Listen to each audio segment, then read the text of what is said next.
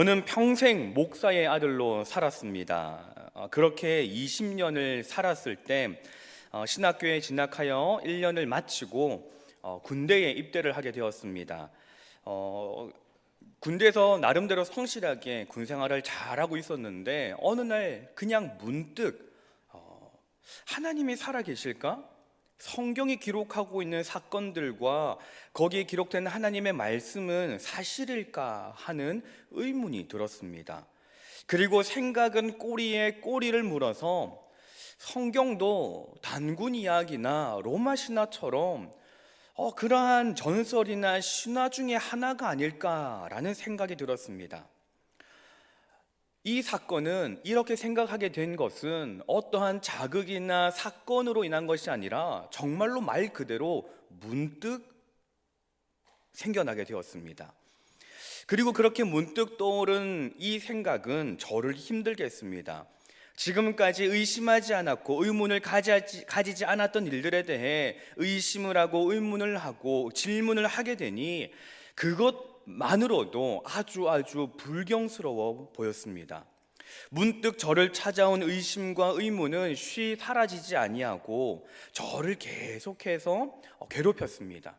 그래서 저희 안에는 계속되는 질문과 생각이 계속 맴돌았습니다. 그런데 얼마 뒤, 정말로 짧은 며칠 뒤, 한 2, 3일 뒤에 제가 군생활을 했던 교회에서 라디오를 한번 듣고 싶어서 라디오 주파수에 맞춰 라디오를 켰습니다. 이왕이면 좀 찬양으로 마음을 다스렸으면 했는데 찬양은 흘러나오지 아니하고 한 목사님의 설교가 이제 막 시작되고 있는 라디오가 틀어졌습니다. 설교를 하신 목사님께서 어떤 교회의 누구신지, 또 그날 성경 본문은 어디이고 말씀의 제목은 무엇인지 아무것도 기억이 나지 않습니다. 그런데 그 목사님의 설교를 듣고 있는 그때에 지난 2, 3일 동안 저를 괴롭혔던 그 의문과 그 질문에 대한 답이 나왔습니다. 목사님께서는 그 라디오의 설교를 통하여서 말씀하실 때에 하나님에 대해 의심하는 것으로 고통받지 마십시오.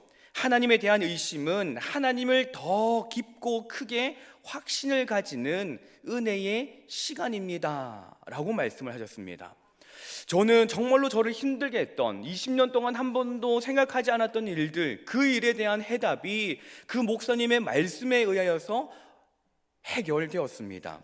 그리고 저에게 떠오르는 생각은, 그래 내가 20년 동안 하나님을 믿었는데 그 20년 동안 믿은 하나님을 문득 떠오른 생각 때문에 떠나버린다면 내 20년의 세월이 너무 아깝다.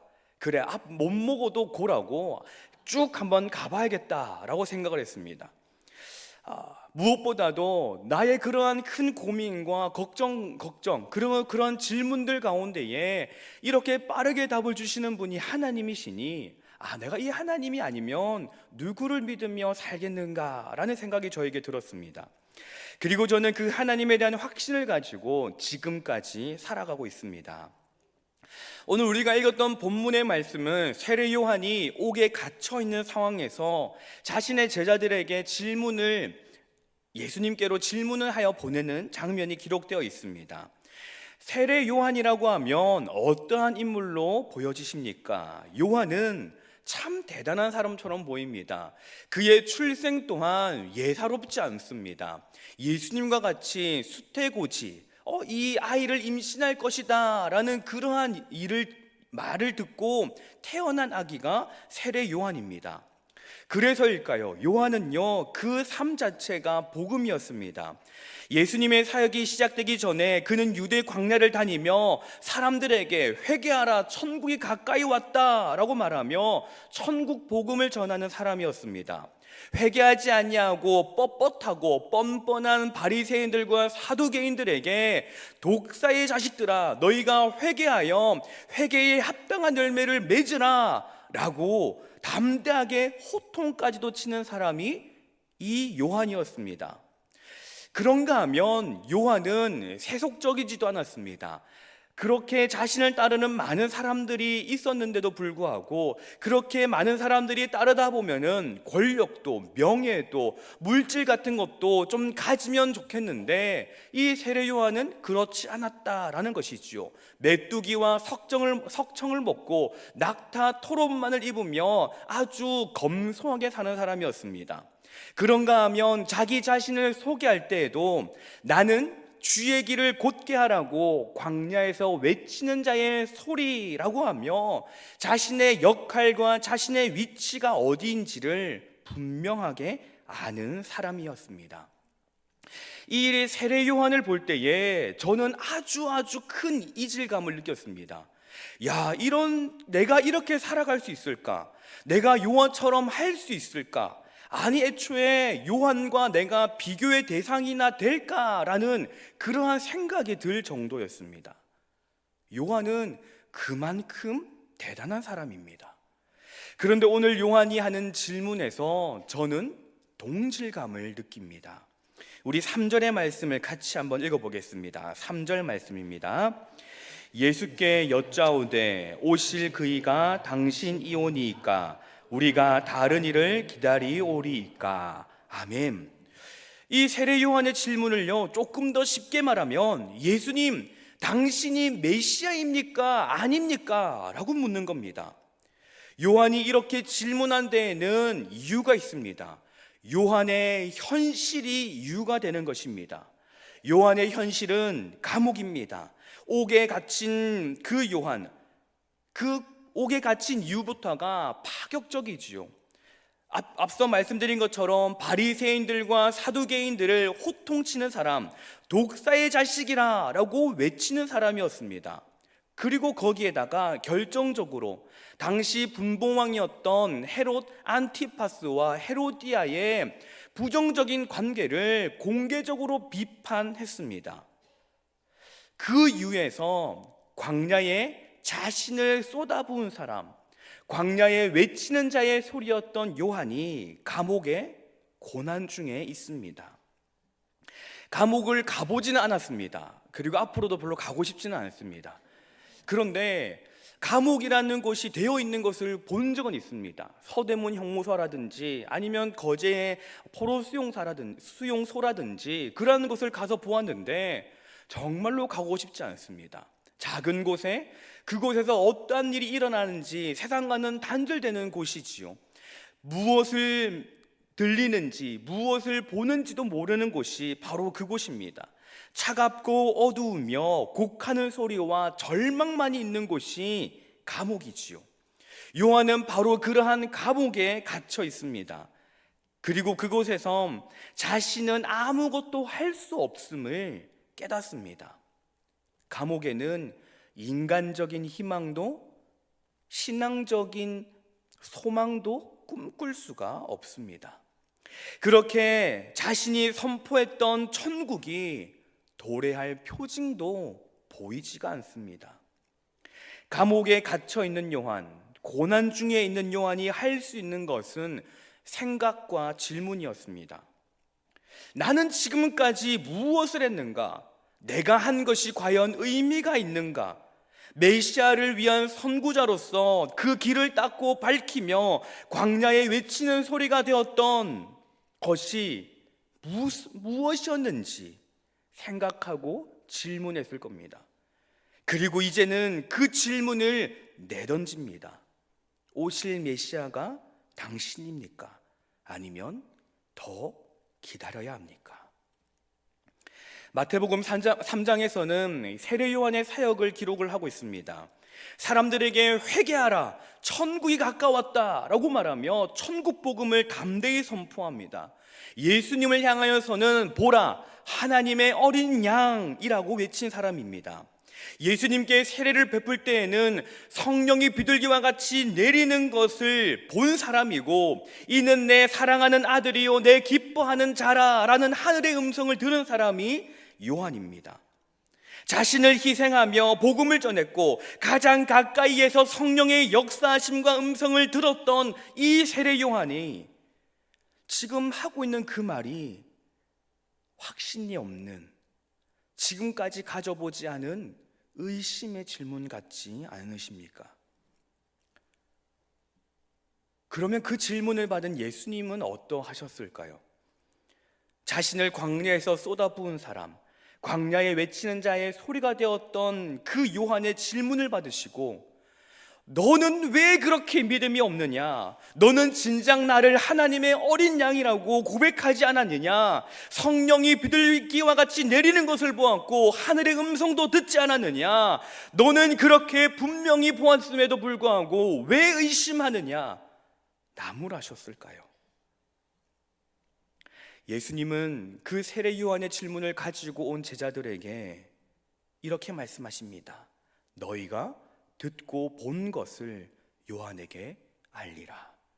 그리고 뒤에 10절에서는 구약의 말씀을 인용하시며, 보라, 내가 내 사자를 내 앞에 보내노니 그가 내 길을 내 앞에 준비하리라 말씀하십니다. 의문을 가진 세례 요한에게 구약의 예언이 성취가 되고 있다라는 것, 그러니 의심하지 말고, 그러니 낙심하지 말라라는 것을 확인시켜 주십니다. 그리고 11절에서는 여자가 낳은 자 중에 요한보다 큰 자가 없다라고 말씀하시며 요한을 칭찬하십니다. 여러분, 우리도 신앙생활을 할 때에 얼마나 많은 질문들이 생겨납니까? 사람에게 할 수 있는 것이 아니라 주님에게 해야 할 질문들이 얼마나 많이 있으십니까? 그런데 주님은 그 과정을 더 깊은 신앙을 향한 성숙의 과정이라 말씀하십니다. 앞으로 돌아가서 지금까지 믿는 자로 살아온, 목사의 아들로 살아왔던 저에게 군대에서만큼의 신앙적으로 생각을 하고 질문을 했던, 흔들렸던 적이 없었던 것 같습니다. 저는 딱 보시기에도 단순하여서 믿기만 하면 이란 신앙을 가지고 살아갔었습니다. 그런데 문득 20살에 군대에서 질문이 생겼던 것입니다. 아직은 어렸기에, 믿음이 얕았기에 그러한 의문이 생기고 흔들렸던 것일까요? 사랑하는 성도 여러분, 여러분은 믿음이 흔들리신 적이 없으신가요? 아주 잠시라도 흔들린 적은 없으신가요? 누군가는 태풍과도 같은 바람에도 살짝 흔들리기는가 하면, 누군가는 잔잔하게 부는 살랑바람에도 크게 휘청거리기도 합니다. 우리는 전능하신 하나님 아버지, 천지의 창조주를 믿고 있지만 그럼에도 불구하고 흔들릴 때가 있습니다. 그렇게 나의 믿음이 흔들리는 것을 보면서 우리는 연약하다라고 생각합니다. 나의 믿음이 이거밖에 되지 않느냐고 나 스스로에게 핀잔을 주기도 합니다. 내 믿음은 이렇게 흔들리는 갈대와 같은데 다른 사람은, 성도가 아닌 다른 사람은 그렇지 않아 혼란스러울 때가 있습니다. 어느 순간에도 흔들리지 않는 사람이 있으니 이단입니다. 이단은요, 그들의 신앙이 너무나도 굳건해 보입니다. 사람들이 이단이라고 핀잔을 주어도 잘못된 것을 믿고 있다라고, 영생한다는 너의 그 사람은 곧 죽을 거라고 그 사실을 알려주어도, 아니 영생할 거라는 그 사람이 죽고 대체자가 세워져도 그들의 신앙은 뿌리가 얼마나 깊은지 흔들림이 없습니다. 믿음도 그런 좋은 믿음이 없어 보입니다. 그렇게 좋은 신앙이 없어 보입니다. 숨어서 몰래 포교 활동을 했던 그들이 이제는 드러나게 포교를 합니다. 핀잔을 주어도 핍박을 받아도 그들은 흔들림이 없이 포교 활동을 합니다. 날이 더울 때는 그늘을 찾아서라도 전도를 하고, 날이 추울 때는 옷을 꽁꽁 싸매서라도 전도의 자리에 항상 서 있습니다.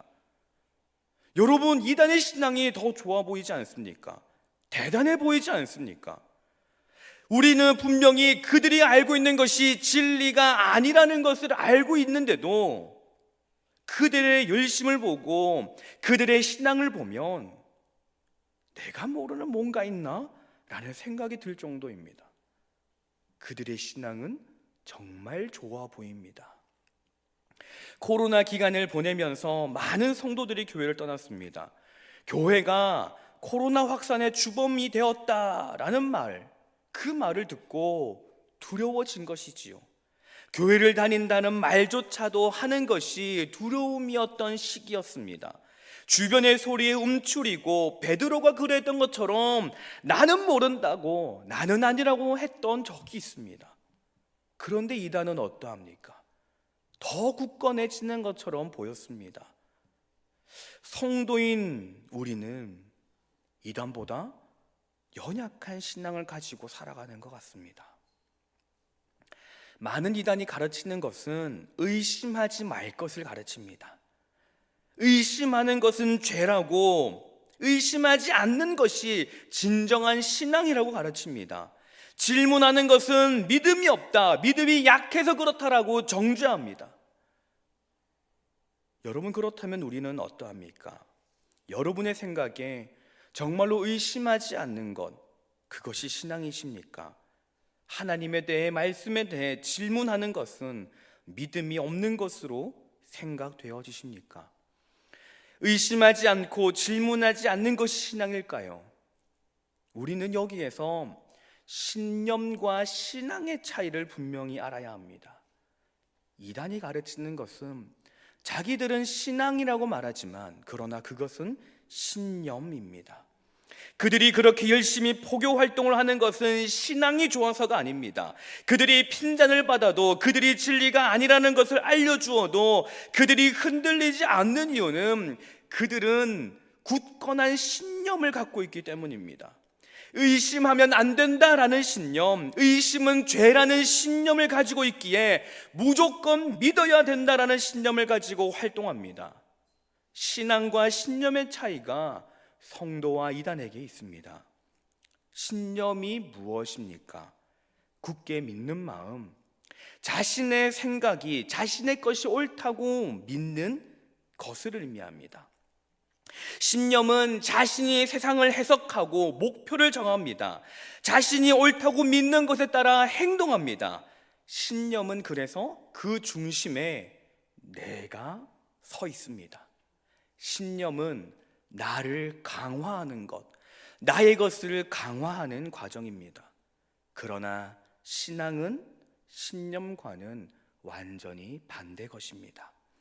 신앙은 단순한 감정의 변화나 맹목적인 믿음이 아닙니다. 신앙은 하나님의 말씀을 듣고 하나님을 알고 하나님을 신뢰하며 하나님의 뜻에 순종하는 삶의 태도와 관계를 의미합니다. 그래서 신앙은 나의 존재는 죽고 주가 존재하시는 삶이 되어지는 것입니다. 신앙이 점점 깊어지면 깊어질수록 나는 옅어지고 주가 더 확실해지는 것입니다. 그런데도 불구하고 많은 성도들이 굳건한 신념을 대단한 신앙으로 오해하며 살아갑니다. 그래서 신앙생활을 하면서 자신은 신앙으로 산다고 생각하지만 실상은 신념으로 살아가는 경우가 너무나도 많습니다. 그러나 분명한 것은 성도는 신념으로 살 수 없습니다. 성도는 신앙으로 사는 사람입니다. 신념으로 사는 성도와 신앙으로 사는 성도는 같은 말씀을 듣고 같은 하나님의 뜻을 알아갑니다. 똑같이 기도하고 똑같이 묵상도 합니다. 겉으로 보기에는 모든 것이 똑같아 보여 차이가 없습니다. 하지만 결정적으로 이 두 사람의 삶의 방향은 완전히 다른 방향으로 흘러갑니다. 신념으로 사는 성도는 말씀과 기도, 묵상을 통하여서 자신을 강화해 나갑니다. 나는 하나님을 안다. 나는 기도도 하고 묵상도 한다. 그러니 나는 할 수 있다라는 자기 확신에 사로잡힙니다. 결국 내가 중심이 되어지고 하나님의 말씀과 뜻과 기도와 묵상은 자신을 위한 수단으로 변질됩니다. 신앙의 외형을 가지고 있지만 실상은 자기 강화의 도구일 뿐입니다. 반면 신앙으로 사는 성도는 같은 말씀과 기도, 하나님의 뜻을 알아가며 전혀 다른 고백을 합니다. 주님, 나는 죄인입니다. 나는 할 수 없습니다. 나는 연약한 존재입니다. 그러한 고백을 하면서 나는 하나님이 없이는 아무것도 할 수 없는 존재라는 것을 깊이 깨닫고 하나님을 더 의지하게 됩니다. 자신의 모든 것을 내려놓고 모든 것을 하나님께 맡기고 살아가게 됩니다. 이것이 신앙인의 모습입니다. 신념을 신앙으로 착각하는 사람은 신앙생활이 아니라 종교생활을 하고 있는 것입니다. 기독교라는 그 종교의 교리나 말씀 가운데에 자기에게 유익한 것, 자기에게 유리한 것만을 취하여서 자신의 신념을 강화할 뿐입니다. 그럼에도 불구하고 스스로는 신앙생활을 잘하고 있다고 착각합니다. 사랑하는 여러분, 우리는 지금 어떠한 삶을 살고 있습니까? 신념의 옷을 입은 종교인의 삶입니까? 아니면 철저히 하나님을 의지하는 신앙인의 삶입니까? 우리가 오늘의 말씀을 보고 그 말씀 앞에 서서 나를 돌아보고 진짜 신앙인으로 살아가는 은혜가 있기를 소망합니다. 전 세계적으로 가장 우수한 민족이 어디냐라는 질문을 할 때에 대체적으로 유대인이 뽑힙니다. 왜 그렇게 유대인이 우수한 민족이냐라는 것을 연구해 보니 그들의 교육 방법인 하브루타에서 찾았습니다. 하브루타의 교육의 핵심은 질문입니다. 학생들에게 좋은 질문을 하는 법을 훈련시키지요. 그러면 학생들은 그 좋은 질문에 대한 답을 찾기 위하여서 토론을 하고 더 깊이 생각하면서 많은 것들을 깨닫게 된다라는 겁니다.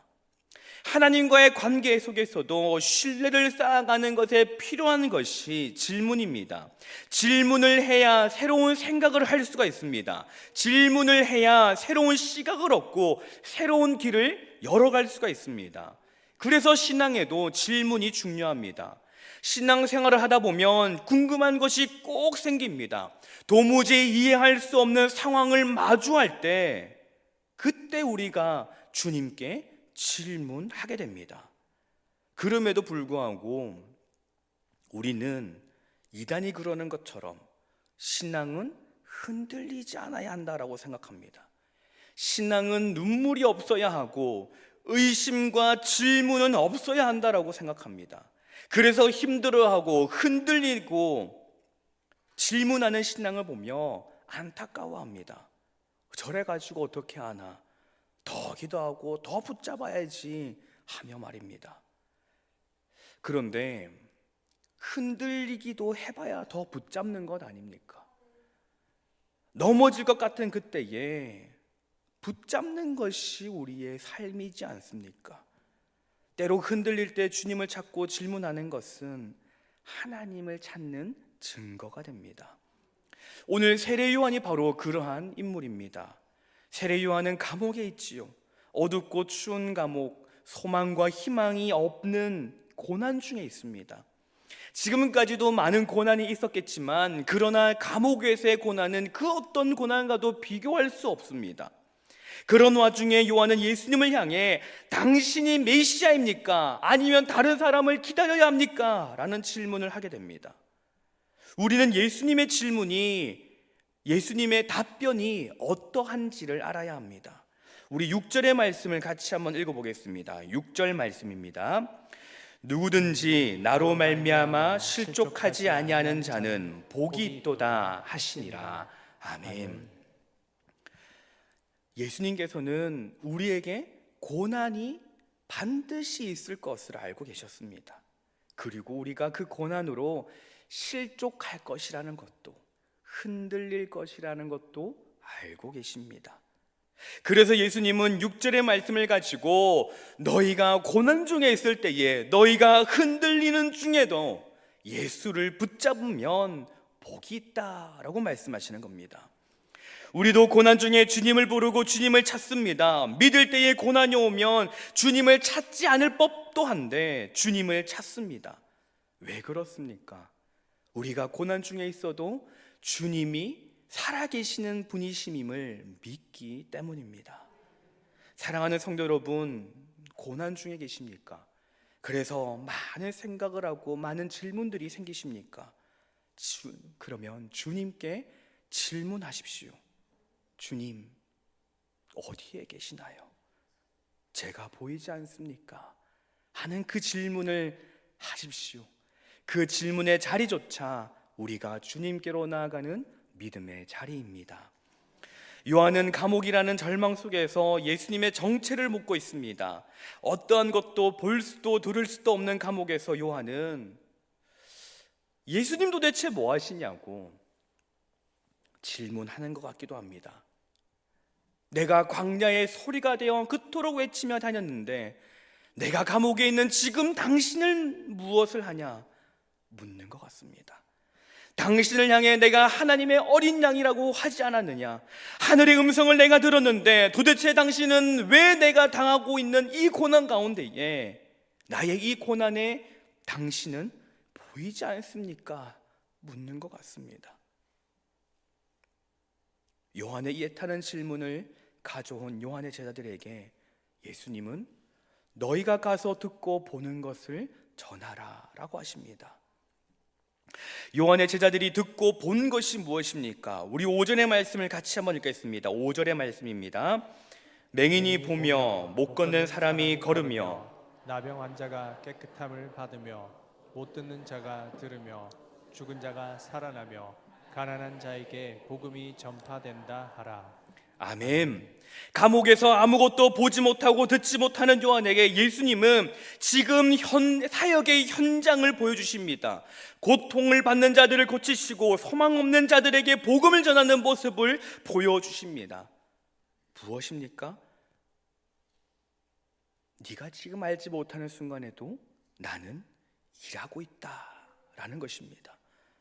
우리가 고난으로 인해 주님의 일하심을 못 볼 때가 있습니다. 나에게 있는 고난이 아무것도 보이지 않게 들리지도 않게 만들어 버릴 때가 있습니다. 그러한 우리에게 주님은 너가 보지 못하지만 듣지 못하지만 네가 이해하지 못하지만 나는 여전히 일하고 너와 함께한다 라고 하십니다. 고난으로 인해 나는 흔들리지언정 주님은 흔들리지 않으십니다.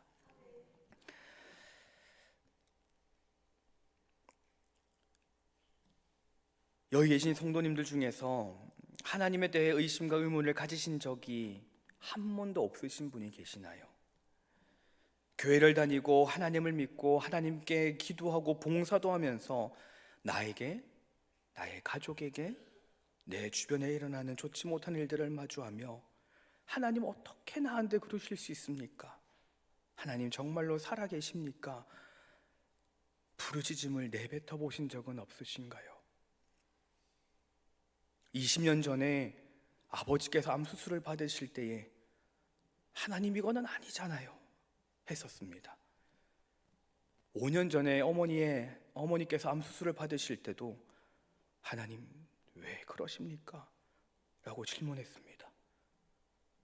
2주 전에는 아버지께서 실명이 될지도 모른다라는 그 이야기를 들으며 주님 아직도 남았습니까? 라고 물어보았습니다. 목사의 아들이었고 목사가 되었는데도 주님을 향한 질문은 날마다 이어집니다. 믿음의 여정이 쉽지 않은 것은 잘 알고 있지만 그러나 그 믿음의 여정이 정말로 쉽지 않습니다. 주님을 믿을 때 고난이 없으면 좋겠건만 고난이 당연히 있으니 힘듭니다. 그러나 그 믿음의 여정에서 우리가 주님을 향해 물음을 던질 때마다 그 주님은 우리의 답이 되어 주십니다.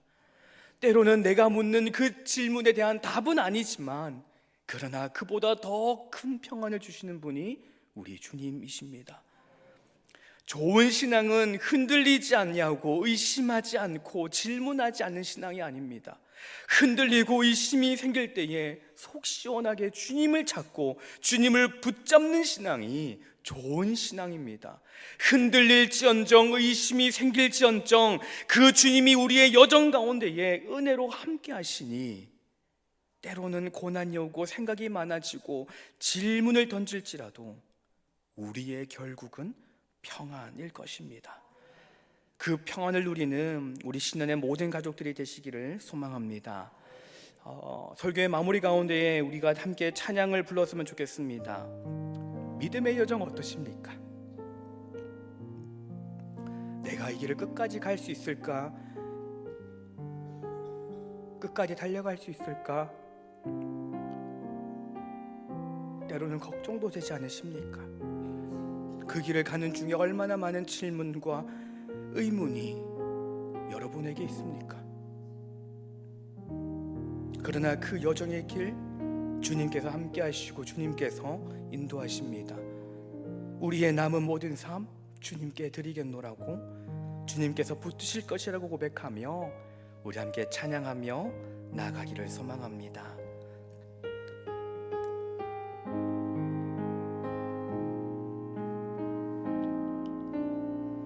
나의 눈가에 주름이 지고 나의 눈가에 주름 지고 눈물이 많아졌습니다. 잠시 눈 감고 뜬 것 같은데 어느새 여기 있습니다. 가슴 아픈 날도 많았었고 기쁜 날도 있었습니다. 짧은 여정을 뒤돌아보니 하나님의 은혜입니다. 지금까지 나의 여정은 모두 하나님의 은혜라.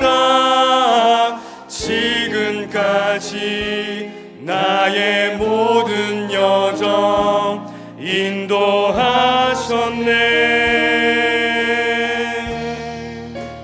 나의 남은 모든 여정을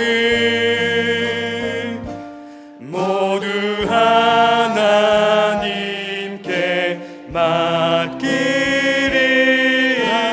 나의 모든 삶 마치는 날까지 붙드시리. 우리의 삶을 주님께 맡기기를 소망합니다. 질문도 의문도 주님께 맡겨드리고 나아가는 저희 모든 신앙의 가족들이 되시기를 소망합니다. 기도하겠습니다.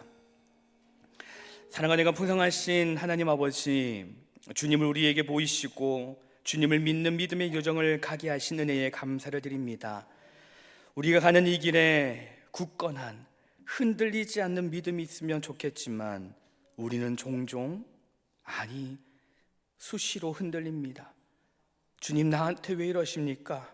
나는 안 보이십니까? 내 고난이, 내 아픔과 눈물은 보이지 않으십니까? 질문을 던집니다. 그런 연약한 우리를 나무라지 않으시고 여전히 내가 일하고 있다 라고 하시며 더 큰 은혜를 부어주시는 주님을 찬양합니다. 언제나 내가 너와 함께 하겠다라는 말씀을 하시며 우리를 위로하시는 주님, 우리에게 언제나 주님을 붙드는 믿음을 허락하셔서 흔들릴 때마다 주님을 붙들고 주님을 찾게 하옵소서. 그 믿음으로 이 땅을 살아가며 결국 주님으로 인한 평안을 누리는 신년의 모든 가족들이 되게 하옵소서. 우리의 삶을 주님께 맡깁니다. 주님이 다스리시는 삶이 되게 하옵소서. 예수님의 이름으로 기도드립니다. 아멘.